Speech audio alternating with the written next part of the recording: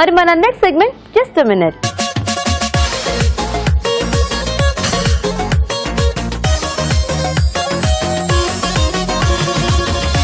So Raju గారు, ఇంకా ఇవాళ ఎపిసోడ్ లో లాస్ట్ వెరైటీ. సో ఏం చేస్తున్నారు జస్ట్ మినిట్ లో? శనగపప్పు చెగోడీలు.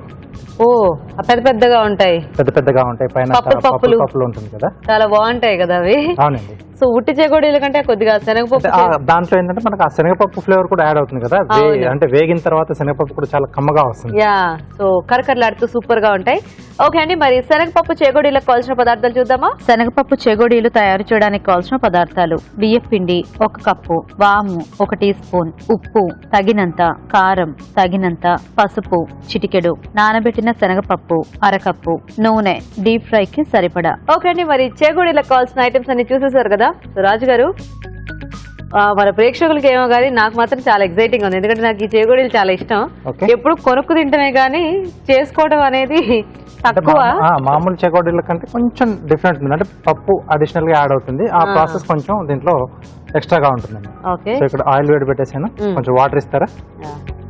బేసిక్ గా అంటే ఈ జంతికలు ఇలాంటివన్నీ కొంచెం అందరూ చేస్తుంటారు, కానీ ఈ చెకోడీల దగ్గరకు వచ్చేసరికి అందరూ కొనుక్కుంటారేమో కదా మోస్ట్లీ.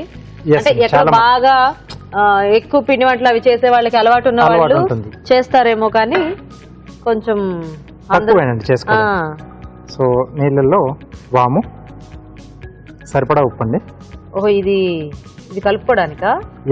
దేంట్లోనే వేస్తాం మనం. కారం. సో ఏ చెకోడీల పిండి అని ఇలాగైనా కలుపుకోవటం, కొంచెం వేడి నీటితో కలుపుకుంటుంది. పసుపు.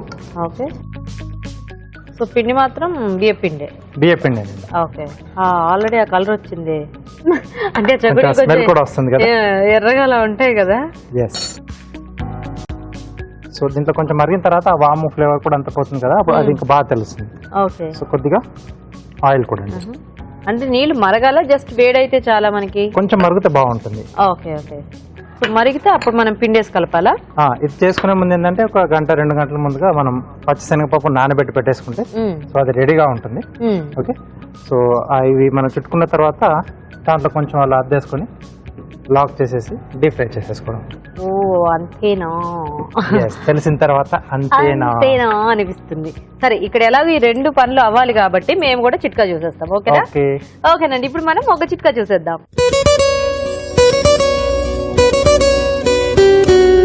ఇప్పుడు మీకోసం మరో చిట్కా.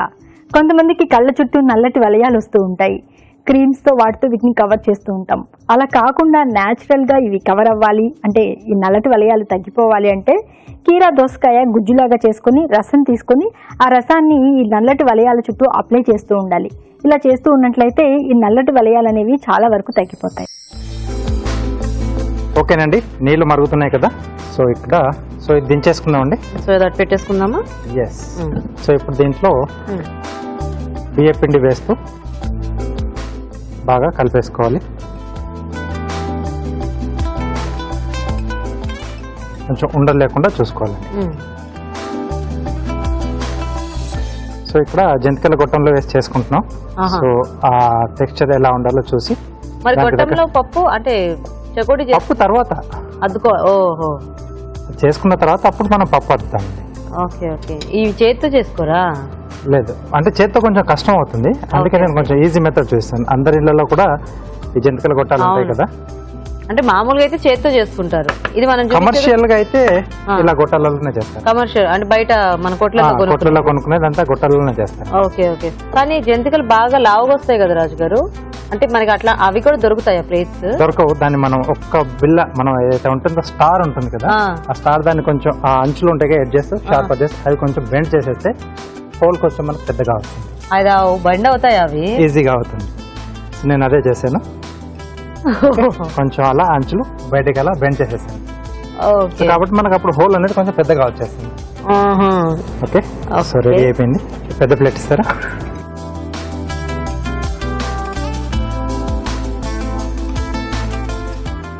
దీంట్లో ఫిల్ చేసుకుని ఓకే,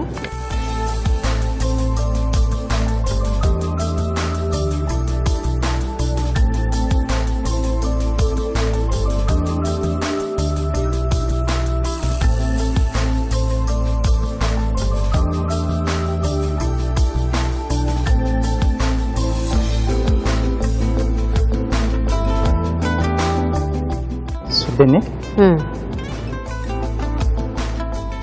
ఇలా కట్ చేసేసి లాక్ చేసేసుకొని ఓకే ఇలా చేసేసుకోండి. ఓకే కొంచెం ఇలా ప్రెస్ చేస్తే లోపలికి వెళ్ళిపోతాయి. ఓహో తెలిసిపోయింది. చెకోడీలు చుట్టిస్తూ ఉండనా నేను కూడా మీకు? చుట్టేయండి, మీకు కూడా ప్రాక్టీస్ అవుతుంది కదా. ఎందుకంటే ఒక్కొక్కరు చేసుకోవాలంటే వీటికి బాగా టైం పడుతుంది, చాలా టైం పడుతుంది.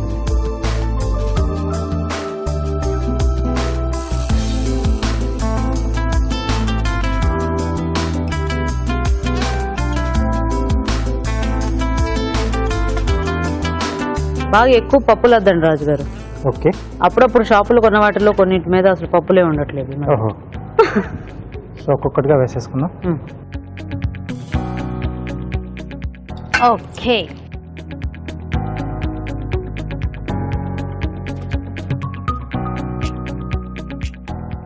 కాస్త రంగు వస్తే అప్పుడు మనం తిప్పుకోవచ్చేమో కదా. అవునండి, కాసేపు అలా వదిలేసేయాలి వాటిని. మీరు ఈలోగా మా కార్యం చూపిస్తే అది కూడా మేము నేర్చేసుకుంటాం. ఓకే, సో కార్యం కూడా సింపుల్ గానే చేస్తున్నాను.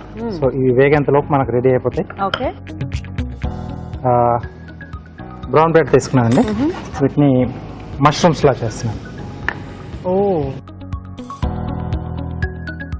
ఎడ్జెస్ తీసేసేయాలి. ఓకే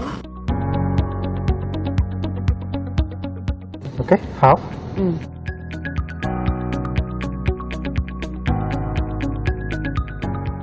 ఇది టాప్ డోమ్ లా ఉంటుంది కదా మష్రూమ్ కి.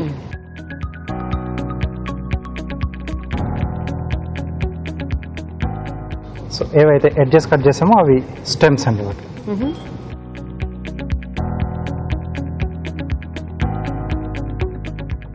తర్వాత వీటి కొంచెం ఈ ఎడ్జెస్ కూడా కొద్దిగా రౌండ్ షేప్ లో కట్ చేయాలి.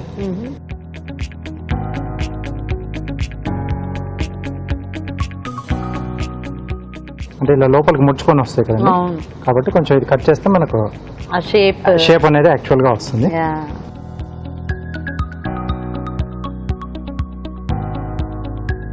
ఓకే, ప్లేట్ ఇస్తారా?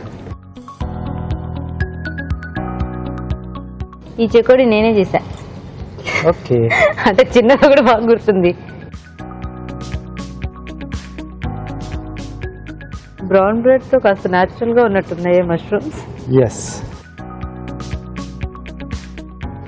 ఓకే, సో వీటి సంగతి చూడండి ఒకసారి.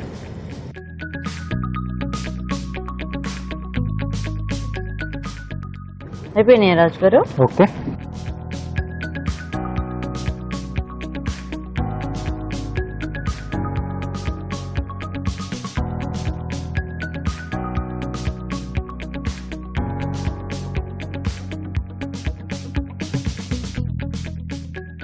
ఓకే అండి, శనగపప్పు చెకోడీలు రెడీ అండి. పప్పులన్నీ కూడా బాగా వేగాయి కదా. ఎస్. ఓకే, మరి శనగపప్పు చేగోడీలు రెడీ అండి. టేస్ట్ చూసే ముందు వీటి తయారీ విధానం ఇంకోసారి చూద్దాం. శనగపప్పు చేగోడీలు తయారు చేసే విధానం: ఒక పాన్ లో తగినన్ని నీళ్లు పోసి వాము, ఉప్పు, కారం, పసుపు వేసి మరగనివ్వాలి. దీనిలో బియ్యపిండి వేసి బాగా కలుపుకోవాలి. ఈ మిశ్రమాన్ని జంతికల గొట్టంలోకి తీసుకొని చెగోడీల్లో ఒత్తుకోవాలి. ఆపై వీటికి నానబెట్టిన శనగపప్పు అద్ది కాగే నూనెలో వేసి డీప్ ఫ్రై చేసుకోవాలి. అంతే, శనగపప్పు చెగోడీలు రెడీ.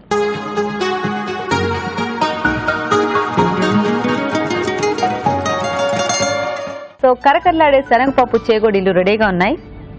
ఇది నేను చేసిందే, చిట్టి చేగోడి.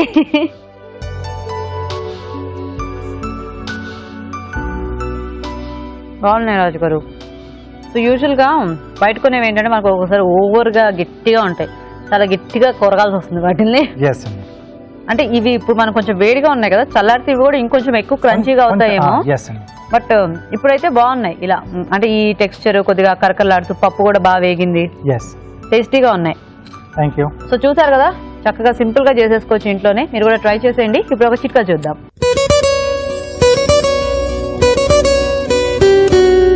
ఇప్పుడు మీకోసం MTR మసాలా వారి చిట్కా. ఏవైనా బెల్లంతో స్వీట్స్ తయారు చేసుకునేటప్పుడు ఫస్ట్ పాకం పట్టుకుంటూ ఉంటాం కదా, ఇలా బెల్లం పాకం తయారు చేసేటప్పుడు అందులో 2-3 స్పూన్ల పాలు యాడ్ చేసి పాకం తయారు చేసుకోవాలి. ఇలా చేసినట్లయితే అందులో ఉన్న నలకలన్నీ కూడా అడుక్కు చేరిపోతాయి. స్వీట్ బాగా టేస్టీగా తయారు చేసుకోవచ్చు.